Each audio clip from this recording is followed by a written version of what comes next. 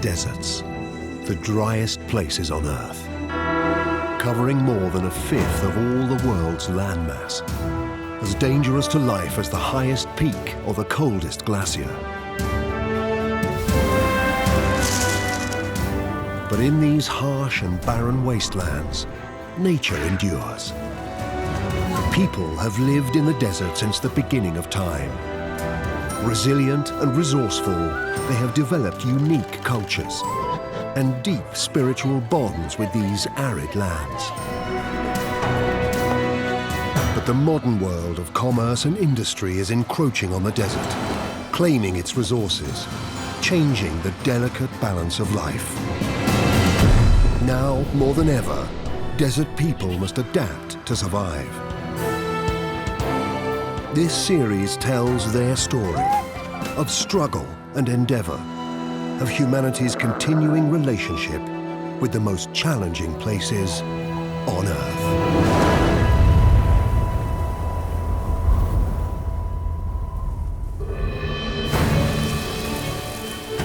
This is the story of life in the Australian Outback, a place so forbidding it looks to be incompatible with human life. But for tens of thousands of years, people have called this place home, living a difficult, sometimes brutal existence. It's not a very pleasant task for them, but it's got to be done. In their isolation, they've developed a thirst for adventure and a knowledge that pulling together is key to survival. The Outback is a place of dramatic transformation, of untapped wealth and secret histories.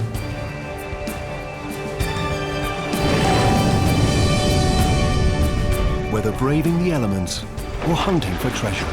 It's like looking for a needle in a haystack. It takes a certain kind of person to live here. Day or night, the arid lands of the Australian Outback are full of staggering stories of extreme existence.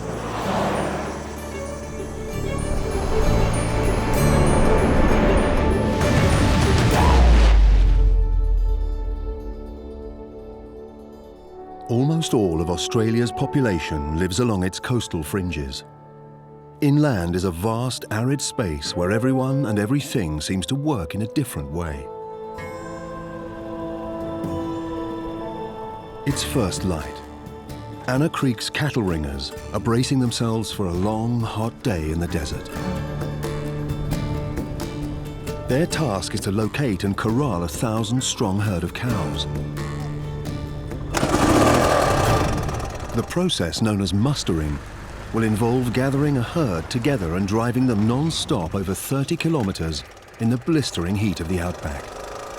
In the past, this work was done on horseback. But when your farm is this massive, it's best to use horsepower of a different kind and go at it from all angles.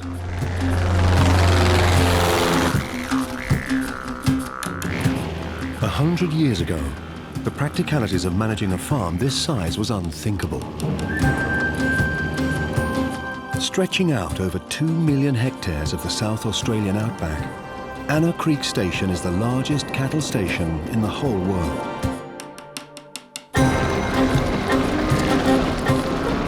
Australian cowboys are known as ringers. The head stockman takes to the skies, a shepherd with a bird's eye view of his livestock. His airborne directions keep his young jackaroos and jillaroos on the right trail. They are his petrol-driven sheepdogs, who find the cattle and drive the herd together. In summer, the temperature can reach 50 degrees. It's like working in an oven. But for cowboy biker Nathan Keogh, sweating it out is just part of the job. An old fellow once said to me, they're no different to people. If someone just woke you up one morning and said you've got to walk 30k today, and you had someone behind you poking you with a stick trying to make you jog that 30k, well, you're probably only going to get about 10k, and then you're going to sit down and want to have a rest. So that's where you've got to sort of think like a cow, which is not that hard, really. You know, they just treat them how you sort of think that you'd like to be treated if you were in their situation.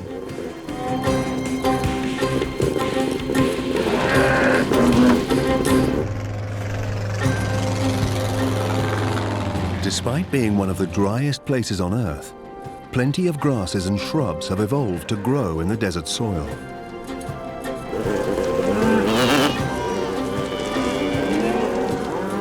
By constantly roaming around the enormous paddocks, the cattle find enough food to thrive and keep the farm in profit.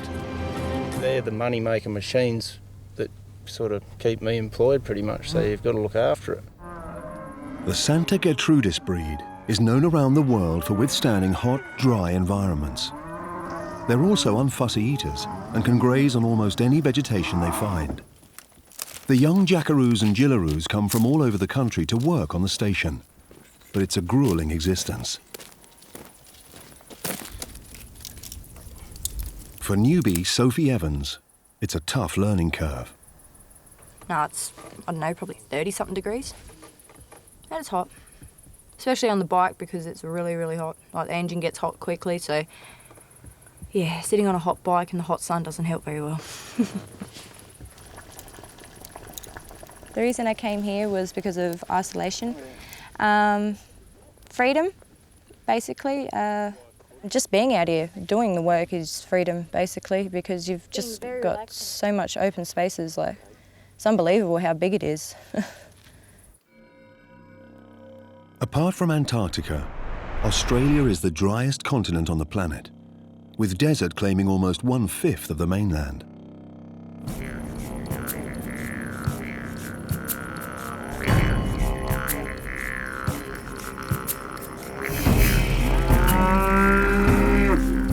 Although the cattle can find food by grazing vast areas, to survive in the outback they also need plenty of water. And in this sun-baked land, the skies don't supply enough.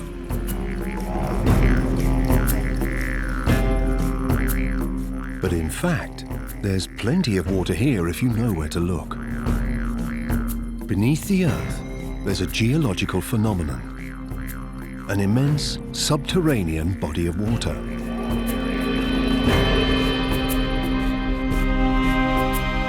The Great Artesian Basin.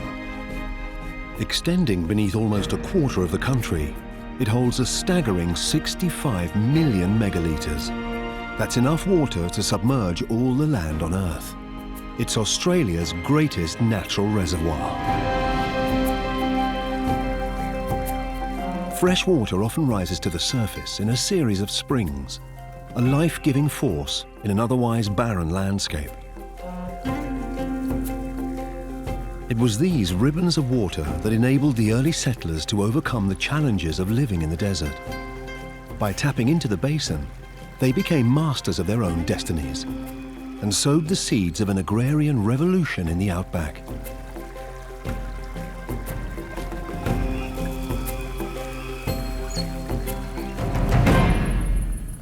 With their cattle safely penned, the ringers turn their minds to tomorrow, when they will be branding and preparing the herd for market. That is, if the weather holds.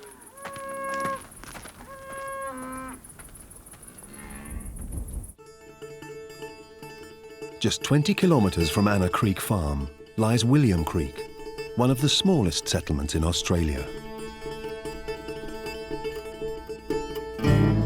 Though it's in the middle of nowhere, for the ringers and farmers of the outback stations, this is the local village.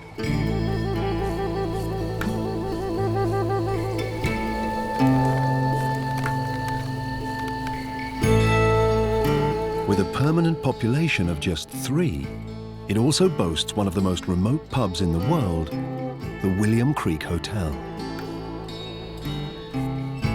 History runs deep at this watering hole. Since it was established by the pioneering outback explorers in the 1880s, it's been a gateway to the desert.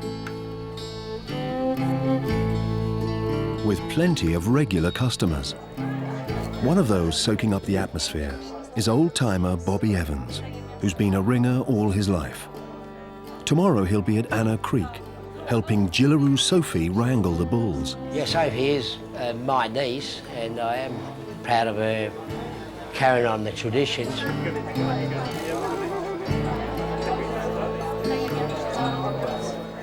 To Bobby and his friends, this place is much more than a pub. William Creek Hotel is the heart of the community. It has been all my lifetime. With walls festooned with decades of memorabilia, the pub is a museum of times gone by, chronicles of mateships and a few rowdy nights.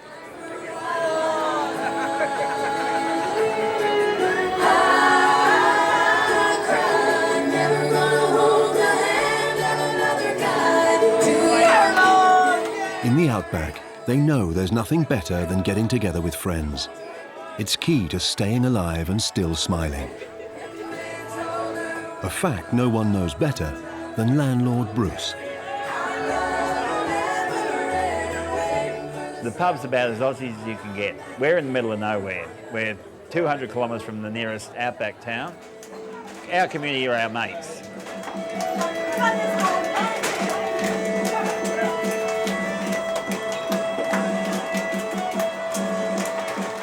Every fortnight, the William Creek pub receives its regular supply of food and grog. Though demand is so great, the bar can easily be drunk dry. In the Outback, there's no such thing as a guaranteed next-day delivery, so Bruce is always thinking ahead. You've always got to have a contingency plan, so you make sure you've got plenty of food and booze. Tonight especially, Bruce is bracing himself. There's a rumour of freak weather on the way. A rainstorm is brewing in the Outback.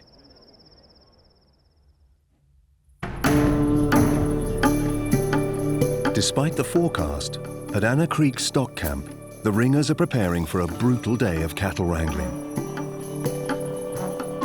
With rain on the horizon, they'll have to work faster than ever to get the job done. But to rush things is risky. One slip of the finger can end in disaster, as Nathan knows. I lost them in a machine about 1996, farm accident.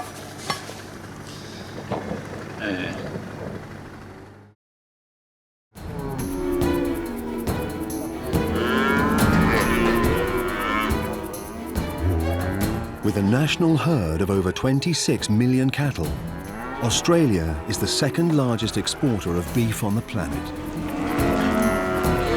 To get this much meat to market, the Aussie cowboys do everything on an epic scale. It's a brutally effective process. The station is a living production line, punctuated by ruthless rituals during which the calves are separated from their mothers.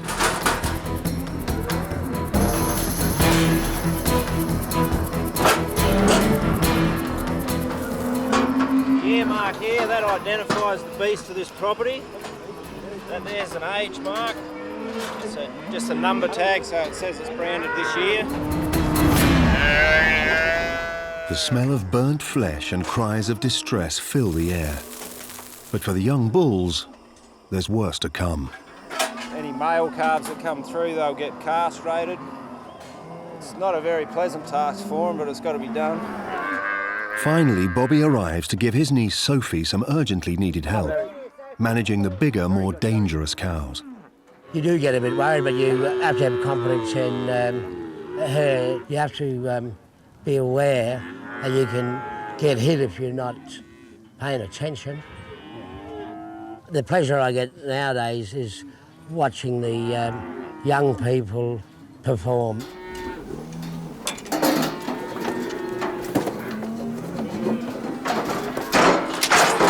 Dehorned and finally market ready, the beasts are prepared for the next stage of production, a one-way trip out of the desert. The road train rumbles in. Weighing almost 200 tons, these ships of the desert are the monsters of the open road. They are the largest trucks in the world, and the only way to get the cattle to market on time. The clock is ticking. The cowboys know the impending rains will turn the desert tracks to mud. They must get the cattle out before the first raindrops fall. Working together, Bobby and Sophie try to direct the beasts up the ramp and onto the wagons. But after several hours of being pushed around in the heat, the cattle are distressed and confused. When things go wrong, like, I don't know, it's just time consuming really. It's annoying. One beast It can take up a lot of time if it doesn't want to go on the truck. A piece of tubing and a plastic bag is all that's needed to coax the cattle to move. It's hard now only because they're being stubborn and they won't go up on the race, so it makes it harder. The best thing about today is when it's over, finished.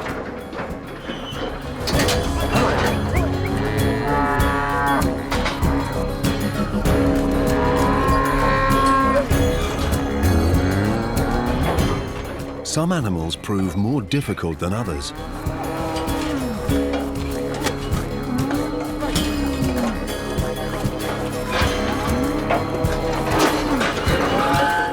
It's back-breaking work, but with guidance from the more experienced cattlemen, Sophie eventually empties the stockyard.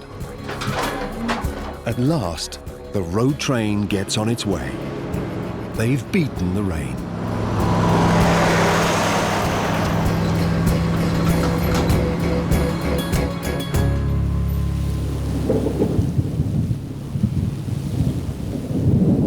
Finally, the skies open.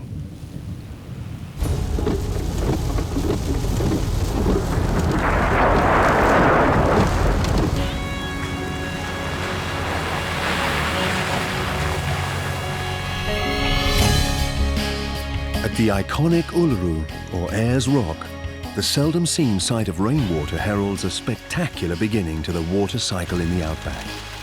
It's been 20 years since rain like this.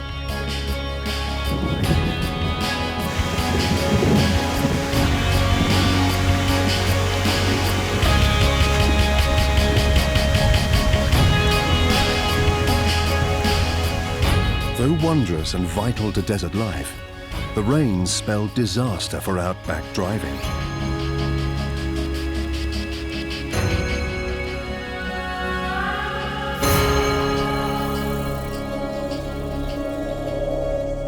Here, roads are few and far between. But bisecting Australia's mainland from north to south is the 3,200-kilometre Stuart Highway, known as Explorer's Way. It's the longest single stretch of bitumen in the desert, outside of which there's little but dirt track. No driver wants to be stuck on these routes in a storm.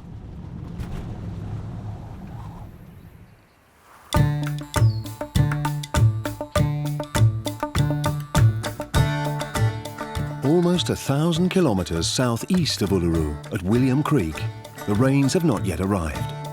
But one man is preparing for the worst. Local pub manager Bruce Ross, accompanied by his canine companion Pig, is changing the road signs to alert drivers of danger ahead.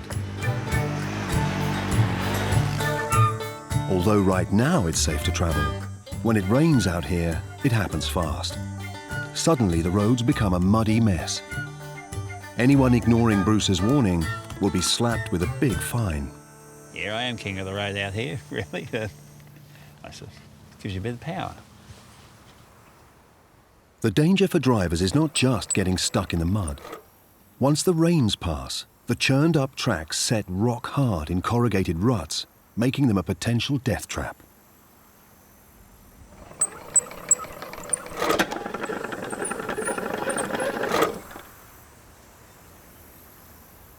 People get a bit agitated and scared. They're out of their comfort zones, and they think that we've changed the signs to keep them in at William Creek so we can extract more money out of them, but farther from the truth. We'd rather not have them here when it's wet and it costs us too much money to maintain the place.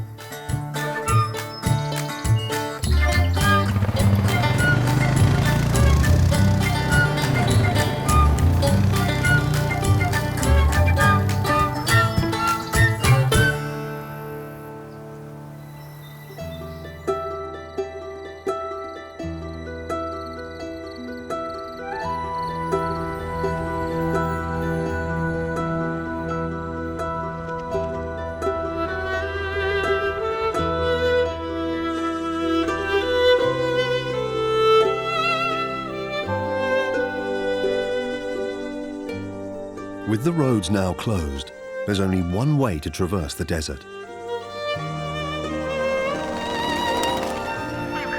and it takes a special kind of person to do it. Pilot Tay Shepard has a long day ahead. A former champion surfer, a few years ago she left her life on the coast to live in the bush. I never thought I'd find myself in the desert out here, particularly because the whole of my life I've been living basically alongside the beach. So I didn't expect that I'd be living and working in the desert and actually really enjoying it. In this remote region, desert-based aeroplanes are so much more than a way of getting from one township to the next. I think aeroplanes are definitely the new camels of the desert nowadays. We use them for everything out here now. In the airport departure lounge come gift shop, old pictures on the walls are testament to the Victorian pioneers who arrived here by horse, camel and rail. But these days, bush aeroplanes have conquered the tyranny of distance, providing a lifeline to the most isolated homesteads, no matter how harsh the elements. A lot of places you put your address and people just laugh at you and they go, well, where is that? So you have to explain to them. We don't even have a postcode here, so, so it makes it hard to even explain to them.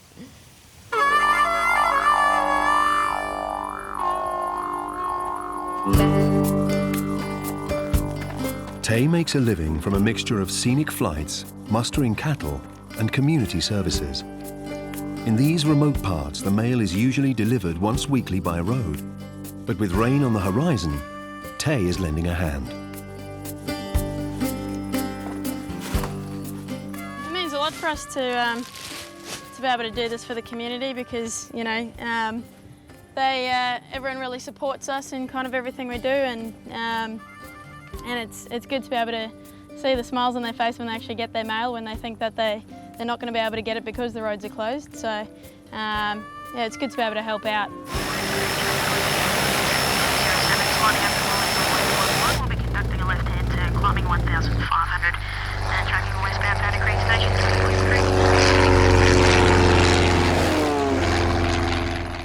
We fly over a pretty arid and desolate landscape out here. There's you know, not much vegetation around. It's quite barren, and for that reason there's not many landmarks to go on really, as well as far as navigation is concerned. It's beautiful in its own right as well.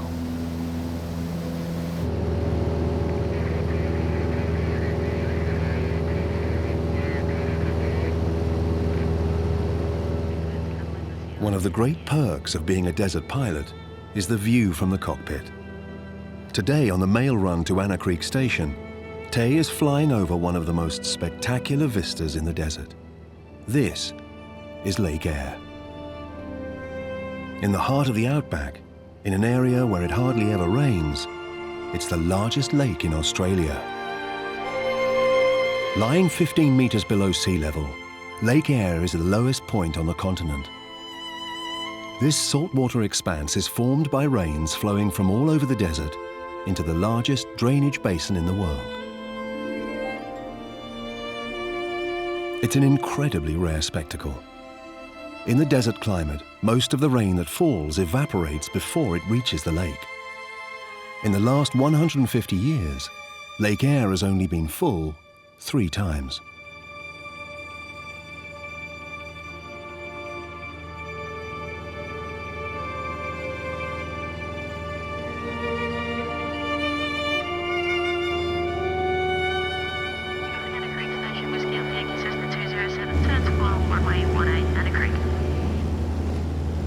Finally, Tay has Anna Creek Farm within her sights.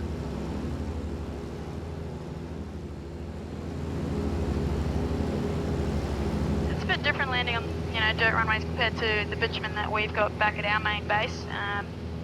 Sometimes, you know, particularly when it's really windy, you can be slipping and sliding around the place. You've also got to be aware of, you know, the rocks and things like that that your propeller will be picking up, and the dust that you're blowing over, you know, over them on takeoff and landing as well. So, yeah, it's a little bit different, but it's a challenge that, you know, we all get used to and we enjoy out here.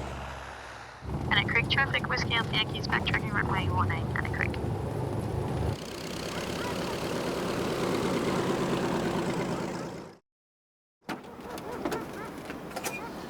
As well as delivering the mail, Tay also collects parcels to go. In the past, she's even flown out dead bodies for burial. For bush pilots, it's all part of the service. It's definitely a privilege to be able to go to and from each property and being able to go from one town to the next and say good day to everyone. Everyone else is so remote, and you know, their only means of keeping in contact with people are, you know, over the phone or by email or something like that. So for us to be able to fly in and drop in for a cup of coffee, you know, sometimes brightens their day as well. What else have you guys been up to? Remote. Remote.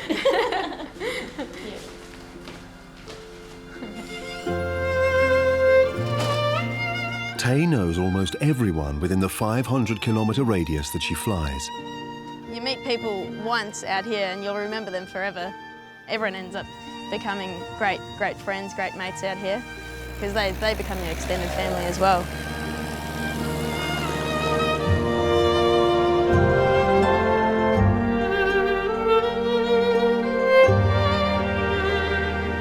I have fallen in love with the desert out here, and I didn't think I would. I thought it might just be you know, a good experience for a short time, but it's consumed my life a little bit.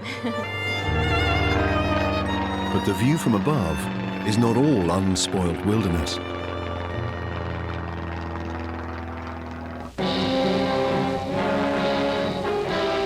They are digging for atomic energy, these men and machines, at a uranium mine known as Rum Jungle in North Australia. The shovels can take 7 tons at a mouthful. Mining has always attracted people to the Australian desert. The prospect of making a fortune by digging the dirt triggered the Australian gold rush of the 1850s. But soon people discovered that the red sand held other precious deposits too. Mining the outback is now a massive moneymaker. Coal, iron ore, lead and uranium can all be found here in relative abundance. Today, Australia is one of the largest mineral exporters in the world.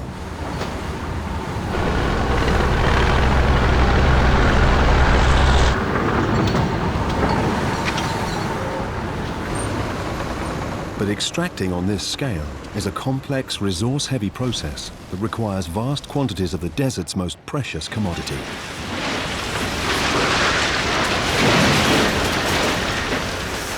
Water.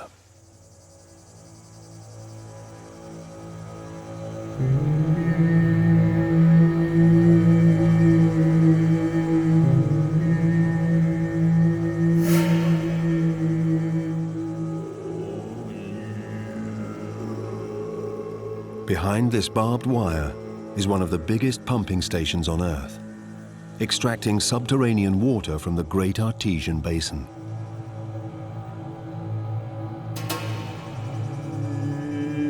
The water is used for industrial purposes, but every week billions of litres are drawn from the basin, prompting fears this finite resource is being depleted to the detriment of all.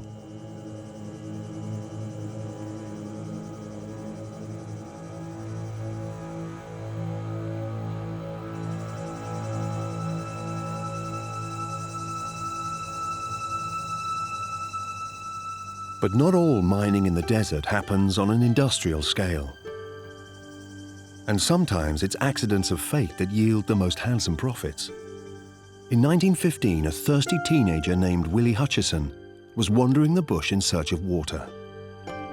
What Willie found changed his life forever.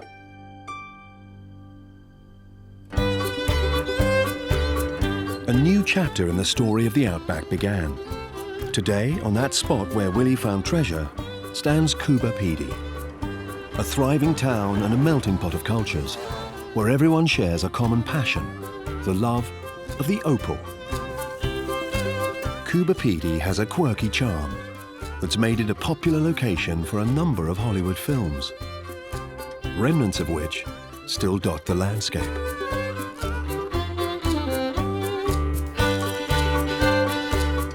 It's a searingly hot place to live. In the height of summer, temperatures can top 50 degrees Celsius. But the residents have found a unique way to escape the heat. Many shops, churches, restaurants and houses are built underground.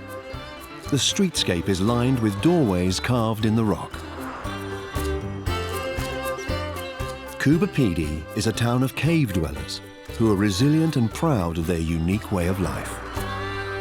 When you build your own home from scratch, it gives you a satisfying feeling. You've got to know a bit about everything. You've got to be a builder, carpenter, welder, all sorts of stuff. But when you actually live inside the place that you built, it gives you a real good feeling. Inside his man-made vault, Philip Lewis has an opal workshop. Trading these precious gems is how he makes a living. Once cut and polished, Philip's opals will be made into jewellery. It's a craft that takes as much skill as it took to carve the walls of his home. No matter how scorching it is outside, inside, the temperature is always cool. It's a feel-good home. It definitely feels very comfortable and easy, and as a home should be. It feels solid and secure. Like an oasis in the desert might be a good description for it, I think. Sue and Phil know that to live here, you have to adapt.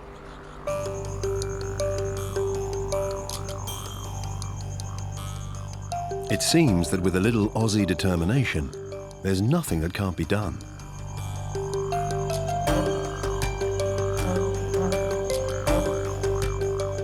At Coober Pedy's golf club, there's no fairways or lakes. 18 holes in the heat of the day would challenge the toughest of caddies. But when the sun sets and the temperature drops, this sporting venue comes to life. It's a serious club that's affiliated with St Andrews in Scotland, though playing golf in the desert means bending some rules.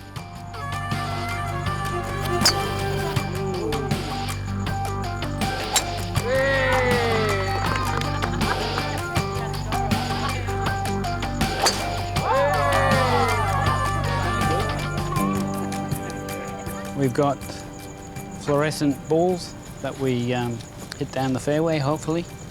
We've got a piece of grass here which we use only on the fairway. We're playing on a par 4, but we've got a good chance for a birdie if we get this one on the scrape.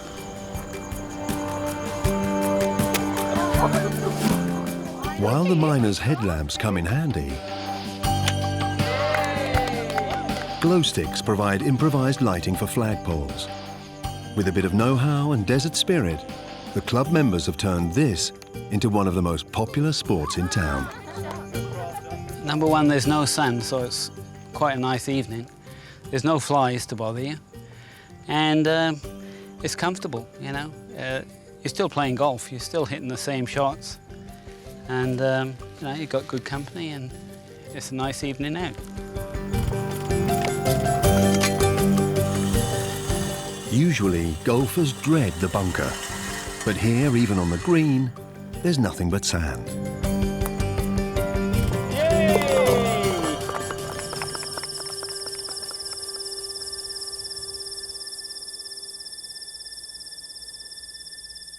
While the cool nights are reserved for fun, in the hot light of day, Phil must return to the serious business of mining the desert.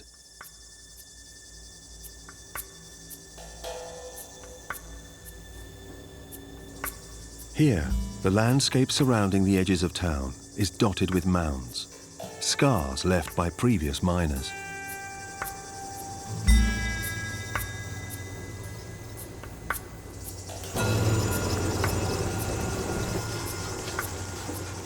Always hoping to strike it lucky with a new seam of opal, Philip has been mining and sifting the desert rock for over 20 years. We're out prospecting on Digger's Gully. We're drilling a shaft here to about 30 feet, so the next 2 or 3 sievfuls, if there is opal, should start to come out.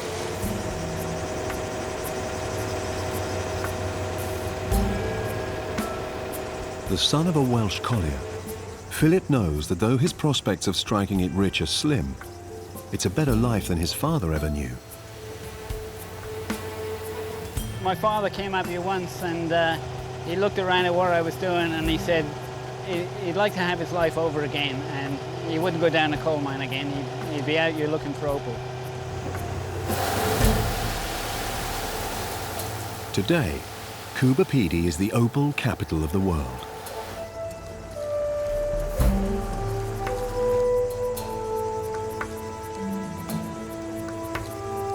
For almost 100 years, miners like Philip have arrived here, addicted to the lure of hidden riches. But lately he's hit a barren patch. Yeah, well, it's just like an everyday lottery.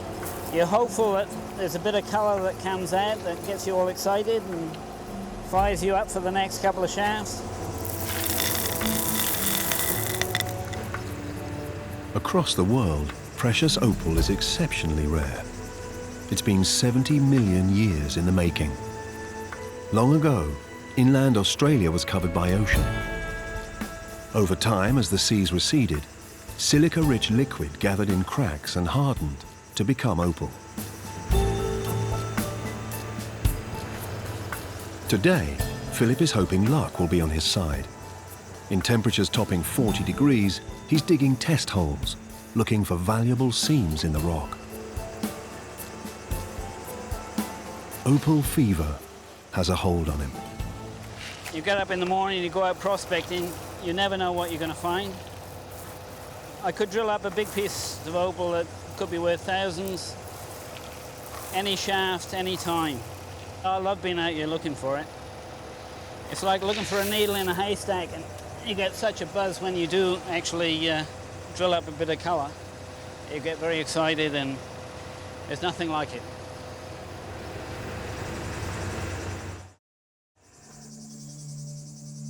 Every treasure strike leaves a hole in the ground. But for miners preoccupied with prospecting, safety is not always a priority. I had a fairly major accident in 1982. I was working with a tunnel machine underground and I was just picking out a little bit of opal. It looked pretty good, so I asked my partner to pass me the jack pick, the electric jack pick. And he passed it over, but on the way over he actually accidentally touched the starter button for the cutter head. One of the teeth caught into the back of my shoe and both my legs got dragged underneath the cutter head, and it pushed me down into the ground, but it also tore away at my legs. So I was pretty well chewed up. I felt my legs, both ankles were badly broken. I knew I'd probably lost one leg. So I asked him for a piece of rope. I tied a tourniquet around my left thigh, and I sat there for about an hour. I'm sorry, I got flown to Adelaide with a flying doctor. I was in hospital for 6 months. And I'll just have to leave it there. So it was hard.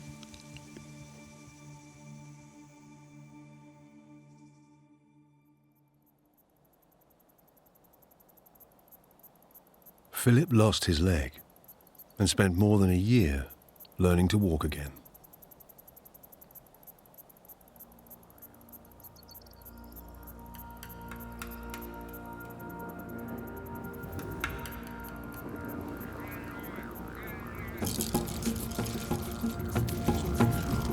But as it is with addiction, the hunt for the next hit is hard to give up, and the opal craving only worsens the longer it takes to strike it rich.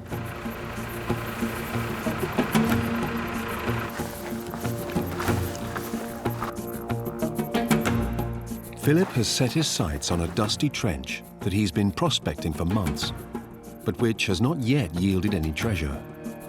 He's hoping that today his luck will change.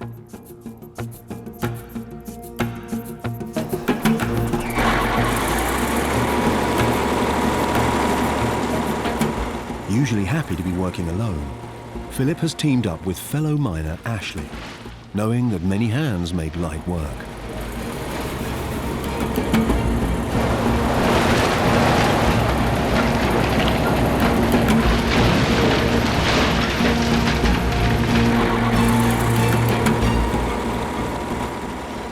Despite his previous dice with death, Philip ventures dangerously close to the digger, searching for something that sparkles. Suddenly, he spots a flash of brilliant blue in the rock face.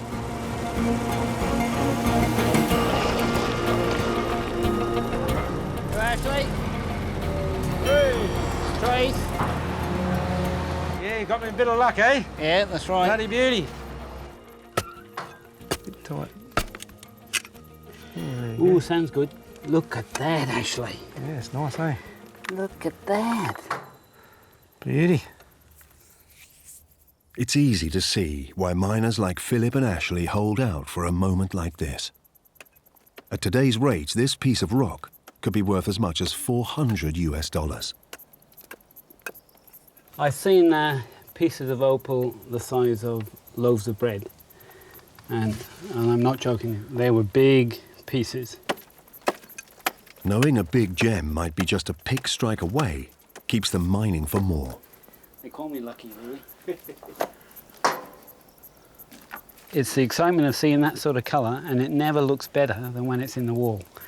You know, when you see it and you realise that, you know, 70 million years ago that this stuff was put in the sandstone, and yet it's just so fantastically beautiful. It's a stunning stone, and you just can't. Once you get addicted to it, you can't stop.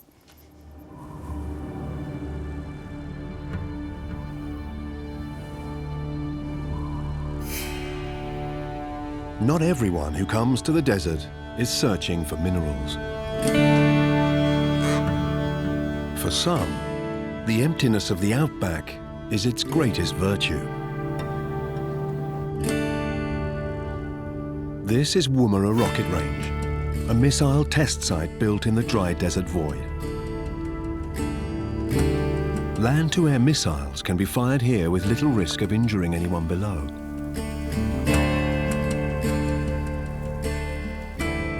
Opened in 1947, Woomera is the biggest rocket range in the Western world. Extending over 127,000 square kilometres, it covers an area almost the size of England and is still operational today. For over 50 years, rockets, missiles and other ballistic weapons have been blasted skywards.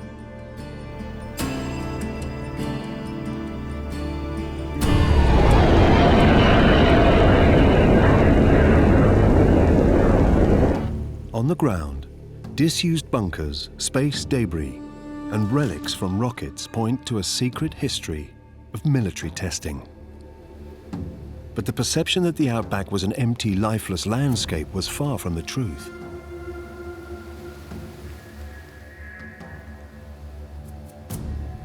For over 50,000 years, Australian Aborigines have lived deep in the desert. No one thought to ask their permission before testing at Woomera began. The native population had to simply live under the rocket paths. And much worse was to follow.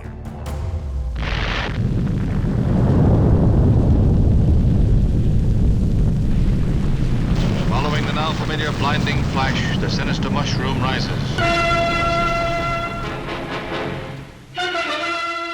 Deep in the back blocks of Australia, far beyond Woomera itself, the base of operations was established. Uninviting, trackless country this, where every vehicle must carry water and stores enough for twice the time scheduled. During the 1950s and 60s, in an area known as Maralinga, the British and Australian governments joined forces to conduct secret nuclear tests. The desert sky was set alight by 9 atomic explosions. some as powerful as the Hiroshima bomb. The effect was to turn the desert into a radioactive wasteland.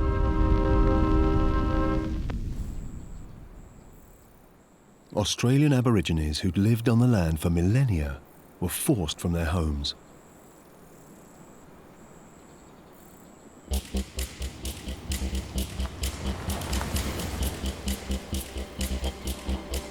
These days, different kinds of prohibited zones have appeared in the outback, lands that are permanently owned by the Aborigines.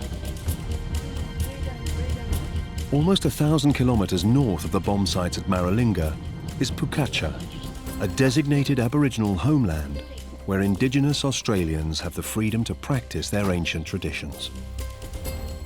Today, Silvana is out hunting. In the outback, there's all kinds of bush tucker to be had.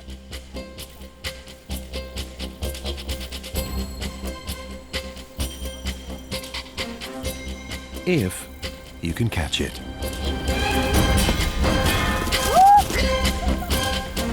In the past, hunting was part of survival.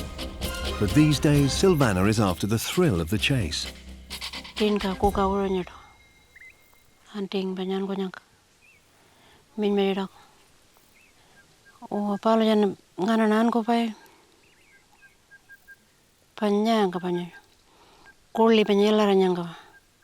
Ngala kuli ranyang ka palo yan tin kay pakalal pa. Nginda kalolo marlo. Unfortunately for the women today, the goanna is fast food.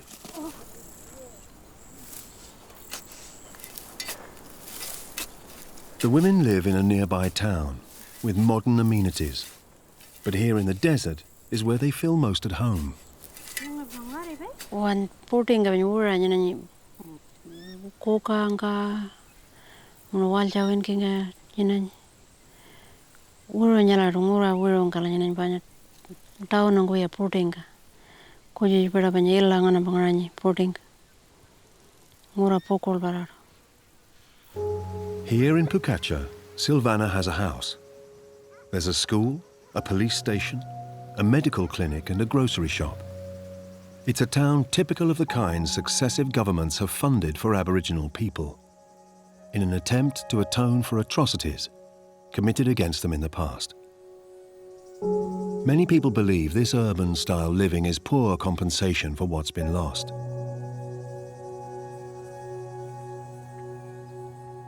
In the land of the so-called fair go, Australia still has a long way ahead to fix a great social failing.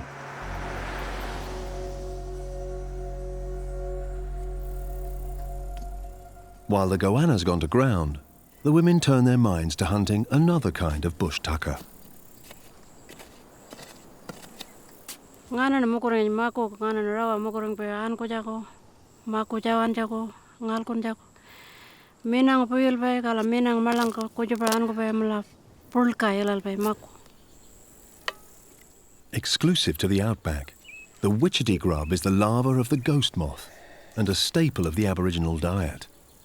A rich source of protein, while usually lightly roasted, today it's devoured uncooked.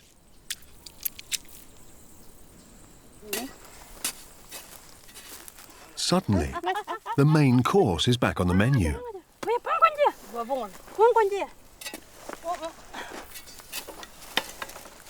But there's nothing subtle about catching a goanna.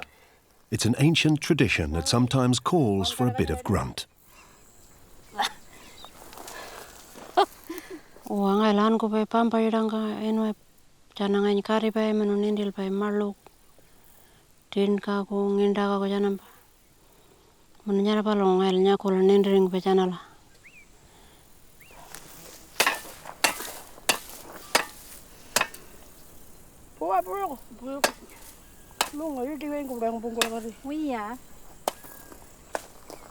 Munangai ko cici kulo dan nindino ka palo janam pe ngula pe waljang ninding kala nyan kuka kanam ngai luyang nanya geno e palo jana penye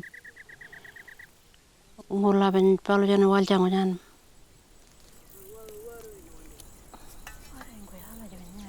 Maintaining their ancestral links, Australian Aborigines can still live off the land. In the last 200 years, their culture has been tested more fiercely than ever before. Yet still the old ways endure.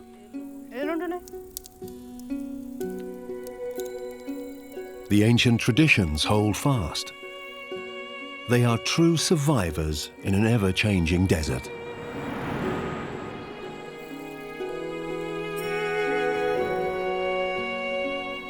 The Australian Outback is a place where staggering beauty can appear overnight, where life is brutal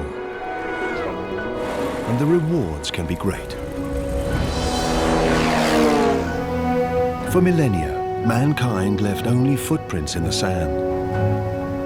But now, in the race to unearth its wealth, the desert landscape is being transformed, signaling the beginning of a new age in the story of the Outback. In the past, humans here lived in harmony with nature. Today, the people of the Outback are pulling together to survive. As the future brings ever more change, the people who live here will again have to adapt to survive life at the edge of the earth.